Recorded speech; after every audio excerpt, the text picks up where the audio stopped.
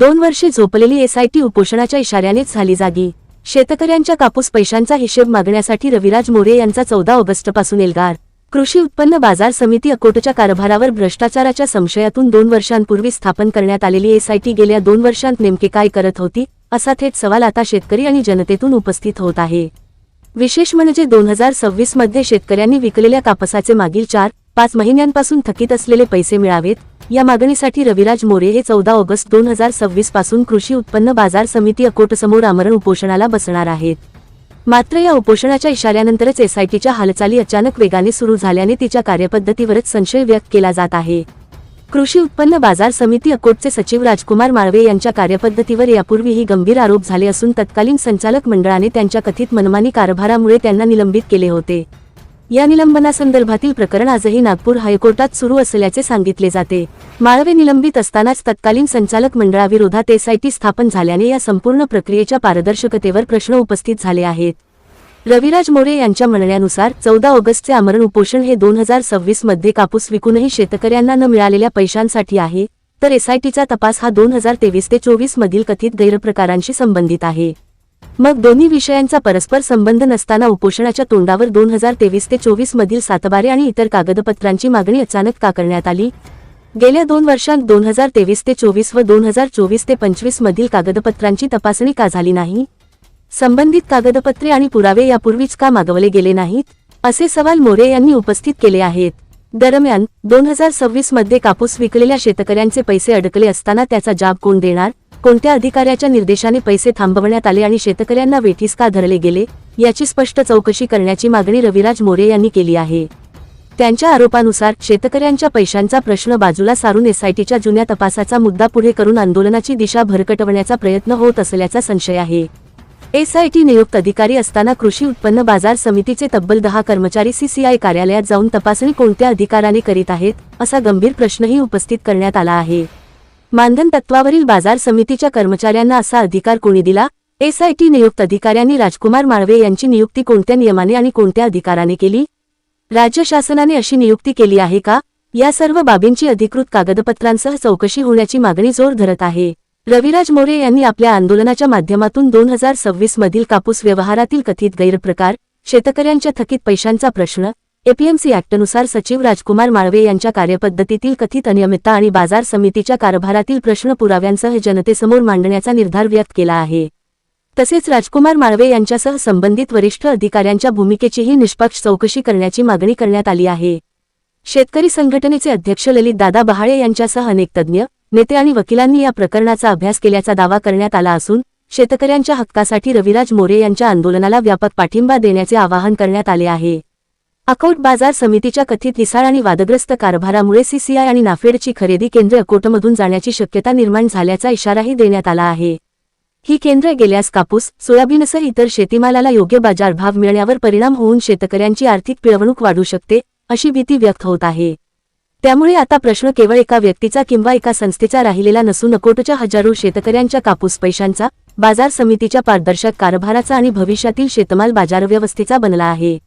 2 वर्षे एसआयटीने नेमके काय केले? अचानक आता हालचाली का सुरू झाल्या आणि 2026 मधील कापूस विक्रीचे थकीत पैसे शेतकऱ्यांना कधी मिळणार, या प्रश्नांची स्पष्ट उत्तरे प्रशासनाने द्यावीत। 14 ऑगस्टपासून रविराज मोरे यांच्या आमरण उपोषणामुळे अकोट बाजार समितीच्या कारभाराचा खरा हिशेब आता जनतेसमोर येणार का, याकडे संपूर्ण तालुक्याचे लक्ष लागले आहे। IB7 न्यूज अकोट प्रतिनिधी श्याम महाजन। येणाऱ्या 14 ऑगस्ट 2026 पासून मी अकोट कृषी उत्पन्न बाजार समिती समोर आमरण उपोषणाला बसणार आहे।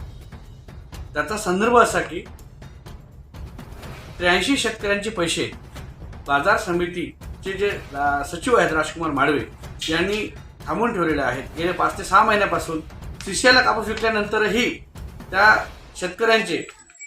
शेतकरी बांधवांचे पैसे लाखो रुपये, करोड रुपये राजकुमार माळवे यांनी एका पत्रावर थांबवून ठेवलेले आहेत।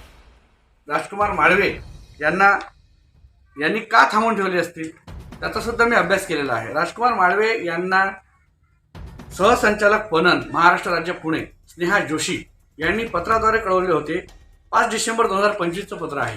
5 डिसेंबर 2025 या पत्रानुसार स्पष्ट निर्देश आहेत की शेतकऱ्यांनी स्वनोंदणी केल्यानंतरही त्याची ओळख पटवणे आणि सर्व कागदपत्रे पडताळून त्यांना मान्यता देणे ही राज्य शासनाच्या अखत्यारीत असलेल्या बाजार समित्याची सचिवांची जबाबदारी आहे. स्पष्ट निर्देश आहेत. पणन संचालक सहसंचालक महाराष्ट्र राज्य पुणे यांचं पत्र म्हणजे एपीएमसी ऍक्ट मध्ये तो कायदा होता. म्हणजे सरळ सरळ त्या कायद्याचं सचिवांनी उल्लंघन केलं. याचाच अर्थ सचिवांकडून खूप मोठी झालेली चूक. कागदपत्र पडताळणीमध्ये सचिवाकडून चूक झाली किंवा शेतकऱ्यांनी सातबारे बरोबर दिले आणि सचिव माळवे यांच्या अखत्यारीत ते कागदपत्र गेल्यानंतर ते सातबारे गेल्यानंतर त्यांनी काहीतरी खोडतोड केली. यासाठी ही चौकशी बसणे करणे आवश्यक आहे. शेतकऱ्यांनी जर सातबारे खोडतोड केले असतील तर त्यांच्यावर तात्काळ गुन्हे दाखल आजपर्यंत का केले गेले नाही? काय करत आहेत? सचिव माळवेंनी ही भूमिका का घेतली नाही? जर तसं नसेल तर सातबारे शेतकऱ्यांनी दिल्यानंतर पडताळणी करण्याचे अधिकार सर्व सचिवांना आहेत. एपीएमसी ऍक्ट नुसार हा कायदा आहे. या कायद्याचं उल्लंघन सचिव माळवे यांनी केलेलं आहे.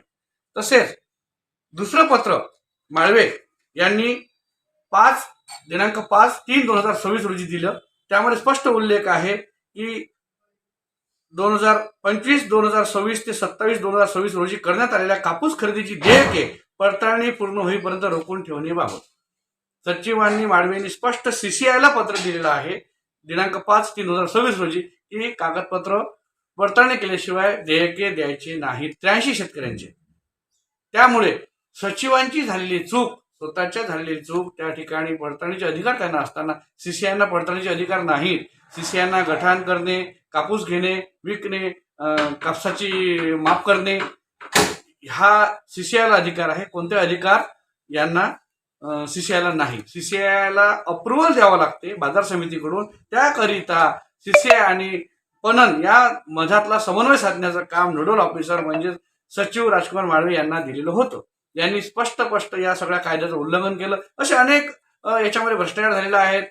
सेस थांबलेला आहे. करोड रुपयाचा सेस थांबलेला आहे, तो वसूल केला गेला नाही. मागणी करत आहेत. 7 ते 8 लाख रुपयाची मागणी होत आहे जिनिंगवाल्यांना. असे अनेक भ्रष्टाचाराचे मुद्दे आहेत. हे सर्व मुद्दे 50 ते 60 मुद्दे आहेत. हे मी उपोषण स्थळी सगळ्यांच्या समोर प्रेस कॉन्फरन्स घेऊन सगळ्यांच्या समोर प्रेसच्या माध्यमातून तुमच्या माध्यमातून मी उपस्थित करणार आहे.